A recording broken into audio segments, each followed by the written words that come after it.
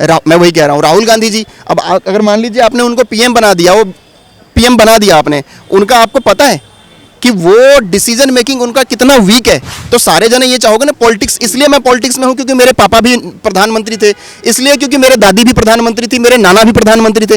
राहुल गांधी अगर दिन में 10 बार अगर भारत की तारीफ करने लगे ना, तो मैं बोल रहा हूँ ना, बीजेपी का अपने आप पतन होना स्टार्ट हो जाएगा। लेकिन इस आदमी को है क्या, 50 साल 55 साल की उम्र में आप युवा नेता बने घूम रहे हो, हाँ, कि आप 70 साल राज किए तो आपने कितना काम करवाया, और ये 8 साल 9 साल रहा तो इसने कितना काम करवाया।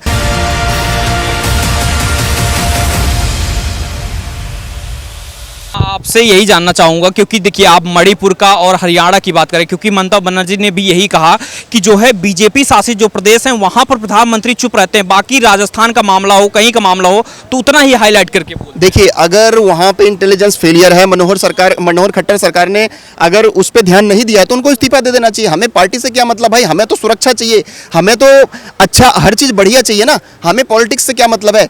लेकिन अगर सेंटर लेवल की अगर आप बात कर रहे हो सर, तो सेंटर लेवल पे मोदी जैसा कोई नहीं है, मोदी से बेस्ट कोई नहीं है। अच्छा, सबसे बेस्ट है, कंपेयर ही नहीं है कोई। आप डेटा मुझे एक नाम बता दो ना, फिर मैं आपको वो एनालिसिस करके बताऊंगा। अगर आप किसी भी एक नेता का नाम उठा करके बता दो, मैं बताऊंगा कि उनमें और इनमें कितना जमीन आसमान का फर्क है। राहुल गांधी, मैं वही कह रहा हूँ, राहुल गांधी जी, अब अगर मान लीजिए आपने उनको पीएम बना दिया, वो पीएम बना दिया आपने, उनका आपको पता है कि वो डिसीजन मेकिंग उनका कितना वीक है, या फिर उनका जो बोलने का तरीका है, वो कब क्या बोल जाए, वो विदेश में गए उन्होंने कब क्या बोल दिया, कुछ पता है? नहीं पता है ना। तो राहुल गांधी जी को देखिए, उनके लिए बेटर ये है कि वो विदेश में जाकर के घूमे फिरे, इतना पैसा है, एंजॉय करें, हम तो यही सजेस्ट करते हैं। Rahul Gandhi is not appropriate leader. वो राजनीति के लिए सारे जने नहीं बने होते, आपके अंदर कोई और क्वालिटी होगा, हो सकता है आप बढ़िया क्रिकेट खेलते हो सकता है कि मैं बढ़िया बैडमिंटन खेलता हूं, तो सारे जने ये चाहोगे ना पॉलिटिक्स, इसलिए मैं पॉलिटिक्स में हूं क्योंकि मेरे पापा भी प्रधानमंत्री थे, इसलिए क्योंकि मेरे दादी भी प्रधानमंत्री थी, मेरे नाना भी प्रधानमंत्री थे, तो इसलिए अगर आप प्रधानमंत्री बनना चाहते हो तो ये तो कोई कॉन्सेप्ट नहीं है ना।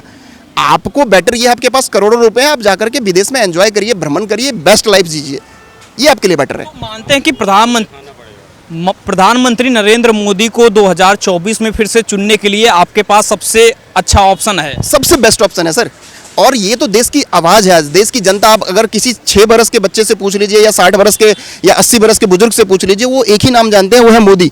क्योंकि मोदी ने उनको डिलीवर किया है, उन्होंने सिर्फ बोला नहीं है, उन्होंने चीज़ों को करके दिखाया है। आज मैंने तो आपको एग्जाम्पल के साथ बताया, हर एक डेटा पे बताया, आज इतने एम्स बन रहे हैं, इतने एयरपोर्ट बन रहे हैं, इतने किसान, अब इतने सारे लोगों को किसान सम्मान निधि मिल रहा है। पहले ये सारे पैसे तो कहीं ना कहीं बीच के जो बिचौलिए वो खा जाते थे लोगों को। राजीव गांधी जी ने खुद बोला है कि 1 रुपये भेजता हूं तो साहब 85 पैसे जो हैं वो तो बीच में पता नहीं कहाँ चले जाते हैं। अब ये चीज़ें जो आप एक पटरी सही लाइन पे आया है, ट्रैक सही बिछा है, तो इन चीज़ों को चलने दो। मैं क्यों देश के बारे में सोचो ना, देश को क्यों पीछे लाना चाहते हो, मेरा ये गुजारिश है आपसे। और मैं पूछता हूँ कि राहुल गांधी को क्यों चुने, पहला सवाल ये उठता है। सब लोग नॉर्मल जनता पूछती है भैया मोदी डिक्टेटरशिप हो रहा है, ये हो रहा है। एक बात बताओ, भाई साहब ने इनकी सारी बातें मैंने सुने, A to Z सारे सही बोला। एक बात बताओ, आपके अगर घर की कोई लड़ाई है, हम भाई लोग हैं, अगर हम लोगों के घर में कोई लड़ाई हो रही है, तो हम पड़ोसी अगर हमारे घर पे अटैक करने आएगा या हमारे खिलाफ कोई प्लानिंग कर रहा है, तो हम पड़ोसी के घर में बैठ के प्लानिंग करेंगे, या मैं ये बताऊंगा कि मेरे भाई को कैसे मारना है। आप वास्तविकता में लोग जीते नहीं है। सबसे बड़ी बात कि आप विदेश में जाकर आप भारत की बुराई करने में आपको मजा आ रहा है। आप देश के अंदर कितना भी अपमान कर सकते हो, आप देश के अंदर किसी नेता को बुरा भला बोल सकते हो, लेकिन आप जब अब किसी देश को रिप्रेजेंट करने हो, नेशनल प्लेटफॉर्म, इंटरनेशनल प्लेटफॉर्म पे जा रहे हो, तो आपके अपने शब्दों का और बातों का चयन करना बहुत जरूरी है। इजराइल में कोई भी सरकार बदलती है, वहाँ की पॉलिसी है कि अगर ये देश मेरा दुश्मन है तो वो दुश्मन ही रहेगा, हमें इतना भाईचारा नहीं निभाना है। हाँ, सरकारें बदलती रहती है। राहुल गांधी अगर दिन में 10 बार अगर भारत की तारीफ करने लगे ना, तो मैं बोल रहा हूँ ना, बीजेपी का अपने आप पतन होना स्टार्ट हो जाएगा। लेकिन इस आदमी को है क्या, 50 साल 55 साल की उम्र में आप युवा नेता बने घूम रहे हो, हाँ, युवा बने घूम रहे हो। आप कौन से युवा हो? आप दादाजी बन जाते अगर सही टाइम पे शादी ब्याह हो जाता आपकी, तो आपको नहीं लगता? क्यों, एक बात बताओ, आप बोलते हो कि सरकार क्यों नहीं आए डेवलपमेंट। एक बात बताओ, कोई चीज का काम का स्टार्ट करवाना और कोई चीज को कितना लेवल तक पहुंचाना, अगर मान लो आपने एम्स बनवाया, आपने एहसान नहीं किया ना, आपकी सरकार थी, जिसकी गवर्नमेंट रहेगी वो तो 2-4 काम करवाएगा ना। अब मान लो आप गवर्नमेंट में चीफ मिनिस्टर हो, आपने रोड बना दिया तो छाती पीटोगे क्या? चाहे बीजेपी हो, चाहे कांग्रेस हो, चाहे समाजवाद हो, कोई भी पार्टी किसी पे एहसान नहीं कर रही है। दिक्कत ये है कि मोदी और इन लोगों को, बीजेपी वालों को इसलिए थोड़ा फेवर, देश इतना सपोर्ट इसलिए कर रहा है, क्यों? क्योंकि जो काम पेंडिंग बचे रह जाते थे, जो काम को आप रोक कर रख देते थे कि अगली बार बनाएंगे, अगली बार बनाएंगे, अब काम बोलता है ना भाई साहब। अगर मान लो मैं गाजियाबाद में रहता हूँ, वहाँ पे NH-24 है, ठीक है, वहाँ जो अक्षरधाम वाला जो रोड है, 2016-17 तक वो क्या था, एक 4 लेन का रेट था, 62 में ऐसी जाम रहती थी कि साला 10-10 घंटा वहाँ फंसे रहो।